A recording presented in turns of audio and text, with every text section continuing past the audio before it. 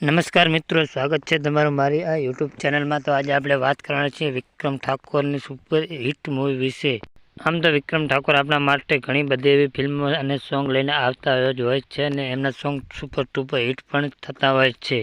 તો મિત્રો આપણે આજે એક એવી મૂવી વિશે વાત કરવાના છે વિક્રમ ઠાકોરની કે જે રિલીઝ થયાને ઘણો સમય થઈ ગયો છે પણ આપણને હજી યુટ્યુબ ઉપર જોવા મળી નથી।